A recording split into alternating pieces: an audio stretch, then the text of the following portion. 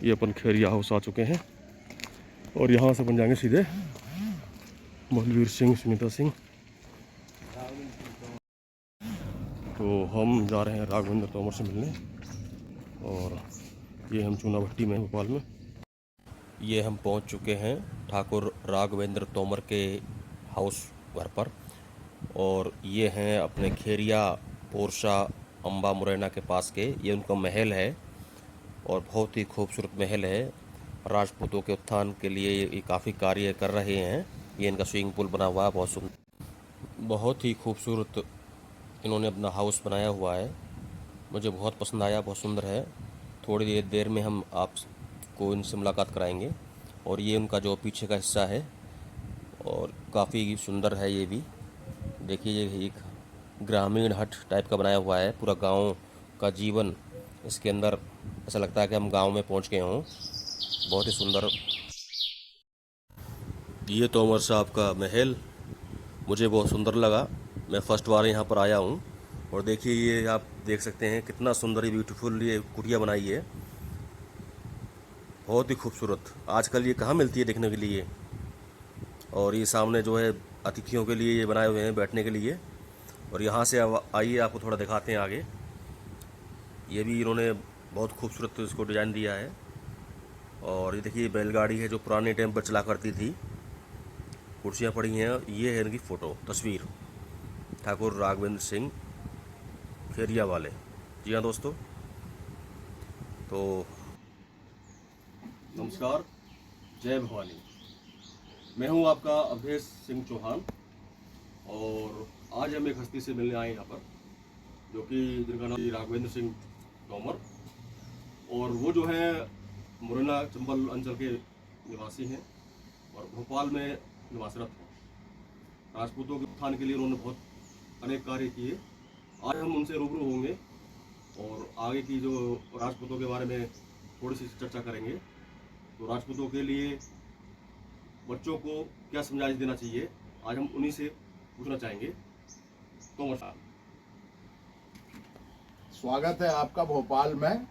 और मुझे बहुत अच्छा लगा चौहान साहब से मिल करके कि जो विषय इनके दिमाग में चल रहे हैं, जिसमें राजपूतों की परंपरा और राजपूतों के परिवार और उनकी अगली पीढ़ी की जो प्राथमिकता आपके सोच में, आपके विचार में है, वो बहुत महत्वपूर्ण है। सबसे ज़्यादा महत्वपूर्ण ये है कि अगली पीढ़ी और हमारे बच्चे, देखिए उनको एक चीज़ समझना पड़ेगी कि ये जो सांस्कृतिक राष्ट्र है, इसमें सबसे ज़्यादा जिम्मेदारी है राजपूतों की।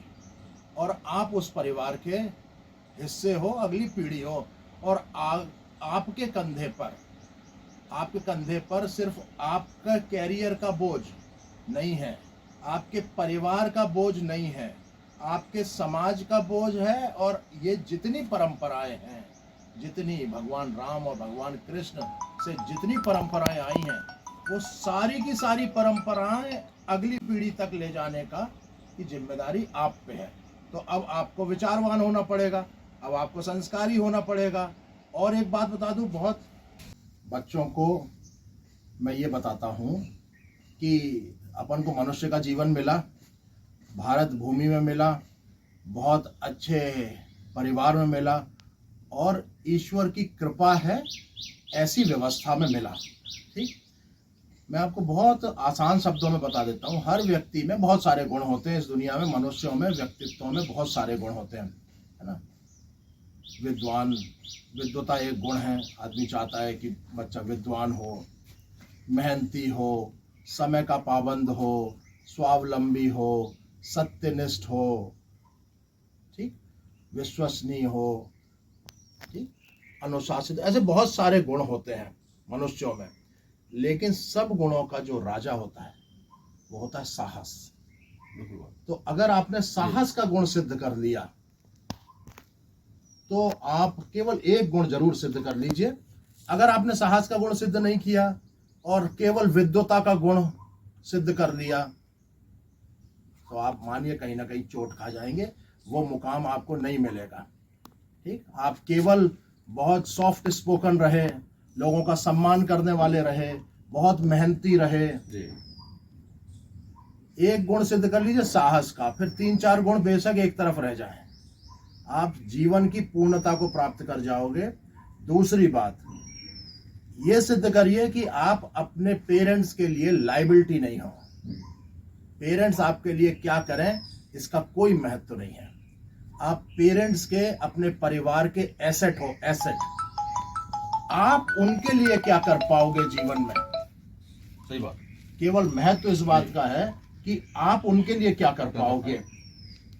पेरेंट्स से कोई उम्मीद नहीं रखना।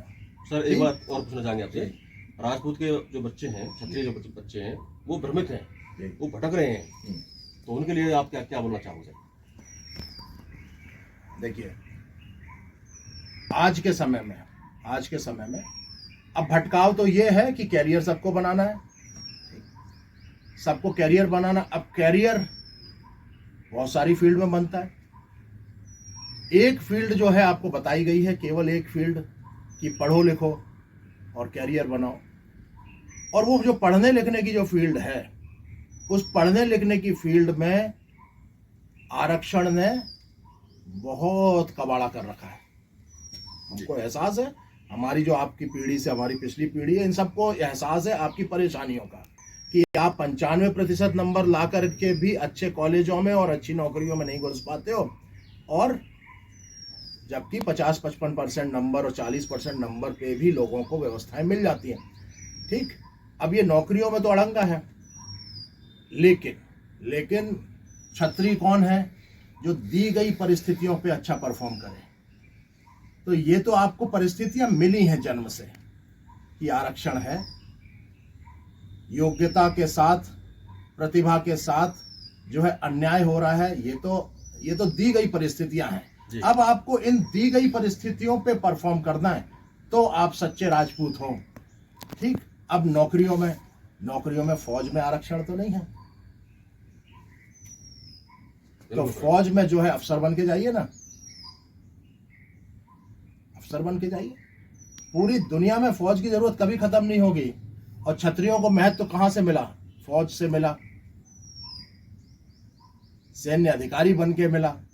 ठीक, ज्यादा से ज्यादा कोशिश करिए। आज की तारीख में भी जैसे ही आप लेफ्टिनेंट बनते हो, क्लास 1 ऑफिसर होता है। अपने मानस को एसएसबी लाइक बनाइए और फौज में जाइए ना, कोई आरक्षण नहीं है। ठीक, सबसे बढ़िया नौकरी है, सबसे बढ़िया नौकरी, अफसर बन के जाइए, किसी की गुलामी करने की आवश्यकता नहीं है। एक तो ये तरीका है। दूसरा तरीका ये है कि आज के युग में अर्थ का महत्व बढ़ गया, तो व्यापार कीजिए ना, पुरुषार्थ के साथ व्यापार कीजिए। आप सबसे ज्यादा विश्वसनीय हो, सबसे ज्यादा अपॉर्चुनिटी आपको मिलेगी, आप सबसे ज्यादा मेहनती हो, सबसे ज्यादा अपॉर्चुनिटी आपको मिलेगी। आप सौम्य हो, आप अनुशासित हो, तो आप व्यापार में सबसे ज्यादा एक्सेल करोगे। आप व्यापार कीजिए ना, पूरी दुनिया खुली हुई है, हिंदुस्तान में करिए, अमेरिका में करिए, दुबई में करिए, अफ्रीका में करिए, कोई चीज आपको नहीं रोकती। पूंजी की उपलब्धता बहाना है, रोकती नहीं है आपको। तो बहुत सारे रास्ते हैं बिल्कुल, लेकिन ये जरूर अपने आप को बांध के मत रखिए, सीमित करके मत रखिए। जैसी दुनिया खुल गई है बिल्कुल ऐसे ही अपने आप को खोलिए। स्काई इज द लिमिट, आप वहां तक पहुंचेंगे। तो तोमर साहब ने बहुत अच्छा जो है समझाइश दी है युवाओं को, उन युवाओं को जो क्षत्रिय समाज में जो बच्चे भ्रमित हो रहे हैं। तो आशा है आप लोग समझ पाए होंगे इस विषय को लेकर और आगे बढ़ें, यही मेरी सबसे प्रार्थना है। जय भवानी। जय भवानी। चलिए दोस्तों, सर से मिलकर अच्छा लगा, अब आगे बढ़ते हैं। जय श्री राम, राधे राधे।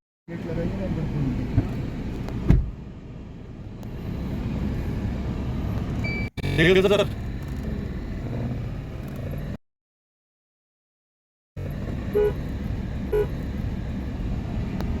आपका नाम क्या है? मनोज।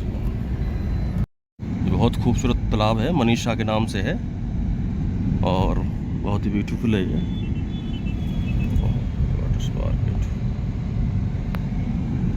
शाहपुरा।